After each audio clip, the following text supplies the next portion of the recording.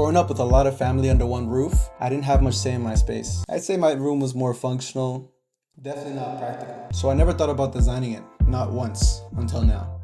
So here's my room. This is where I work, think, edit, and reset. I believe your environment affects your mindset. And even though not everything here has a purpose, these are the 5 favorite things about my room and why they matter to me.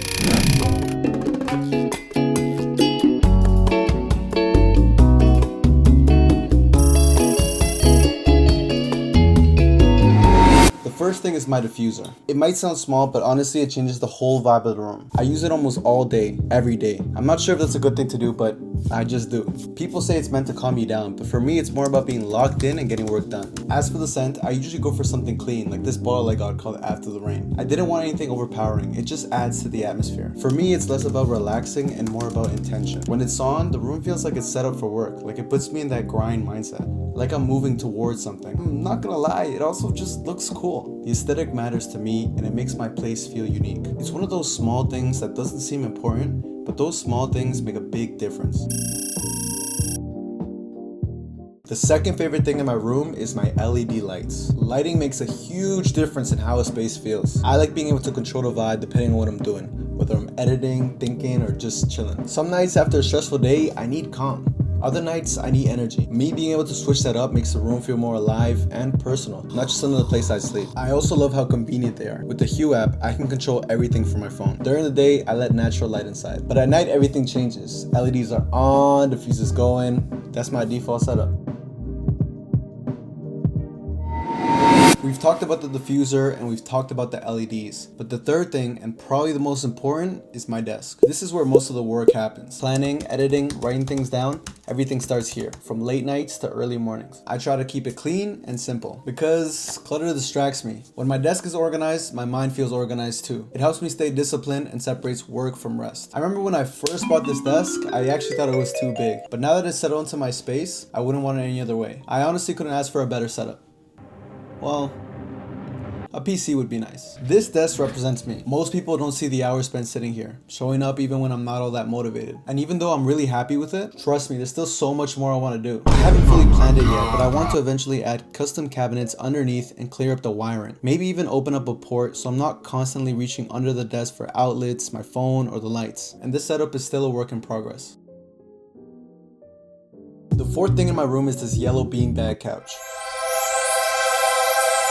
For me, this is my reset spot. When I don't want to sit at my desk, but I also don't want to lie in bed, this is where I go. And I promise it's more comfortable than you think. It's perfect for watching videos, thinking, or just letting your mind breathe from everyday stress. During the planning stage, I felt like this side of the room was missing something. I was scrolling on Pinterest, looking for ideas, and I saw a few people with beanbag couches in their rooms. So I checked Amazon, and that was it. I found the one, and I really like the color too. The yellow complements the Kobe painting and adds another splash of color to the room. And since we're here, I'll also talk about the bed. This part of the room is still a work in progress. I ordered a bed frame from Ikea, had it delivered, stayed up until 6 a.m. building it, only to realize I ordered a double when I actually needed a queen. And somehow, I feel like that's the universe trying to tell me something. And on a side note, this is the first time in my life that I've ever had a queen size bed. I can lay down, stretch, have my phone or laptop on the bed, and it's not even an issue. So it's safe to say I'm never going back. I can't believe it took me 23 years to find this. As I'm filming this, it's January 13th, just after midnight, and the Ikea guys are coming to pick up the frame later today. Once I reorder the right size, it'll probably take another week or two, and then I still have to build it. So yeah, unfinished, but already worth it.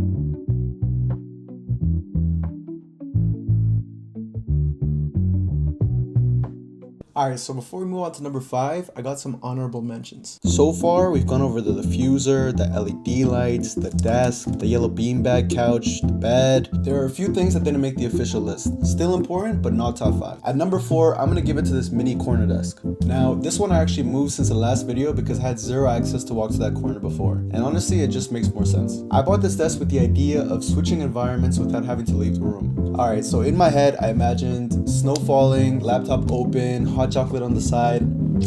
Can't beat that. At number 3, the projector. I didn't add it to the list because it's actually not even mine. My friend lent it to me and it changed my perspective. And since I don't have a TV, that's why I decided to leave this wall empty. Watching shows like this just feels different. Number 2 has to be Alexa. I use this every single day. Low-key, I didn't put it on the list because I wanted to make a whole video on Alexa features. So yeah, watch out for that one. And at number 1, shouldn't be a surprise, my duck light. Don't look at his butt though. I know it sounds like a joke, but it's not. It works as a night light, a phone stand, and honestly, it's just cool. All that being said, none of these compare to the last one. This final thing is what really ties everything together. Alright, here we go. The last favorite thing in my room is my pegboard. This pegboard really brings the workspace together for me. From the beginning, I wanted my desk area to feel like a workshop. Just instead of tools, it's my tech. Everything stays visible and easy to grab, which makes a big difference. I try to keep only the things I actually use up here, like my drone and the diffuser drops. Having them in sight helps me stay organized. I like that it's functional, but still looks clean. It reduces clutter on the desk and everything has a place. When your space is organized, your mind feels clear too. It also makes the room feel more creative. It's like organized, but not boring. And let's take a second to appreciate this clock. I always knew I wanted something retro, and I ended up finding this one while scrolling on Amazon. It's a small detail, but it adds life to the pegboard. Man, at first, I wasn't even sure if I was gonna like the pegboard, but for the longest time, I just had this desk, so I guess I just got used to that. Eventually, I said, why not? Let me try it, and once it was up, I knew it was gonna hit. I don't wanna brag, but I actually put this up myself. I had a level in one hand, pegboard in the other, and an impact between my legs. Somehow, I managed to get it straight.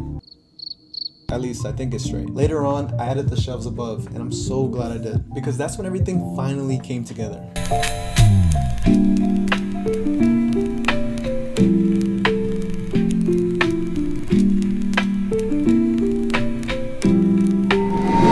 Overall, I'm really happy with my room. It feels like I created an environment that helps me stay focused, calm, and comfortable. For the most part, every item in here plays a role in how I think and how I work. I feel like the space helps me stay disciplined on the days where motivation is low. I actually start to miss my room when I haven't been there in days. And even though it's not necessary, it's still a cool place to show up to do work. And you don't need a big room to do this. This isn't even a big room at all. I actually use a wide lens just so you can see everything better in the room, which forces me to stay organized. In a small space like mine, if you don't keep things clean, it gets messy fast. If you're in a position where you can design and plan your room, I honestly recommend it. Seeing something that you planned come to life is incredibly rewarding. And if you can't right now, that's okay too. The first step is having the ability to look at any room and thinking to yourself, what can I do to make this better? Small changes go a long way. Let me know in the comments. What's your favorite thing in your room? I hope you enjoyed watching this video and found it helpful. This is Cruz, and I'm out.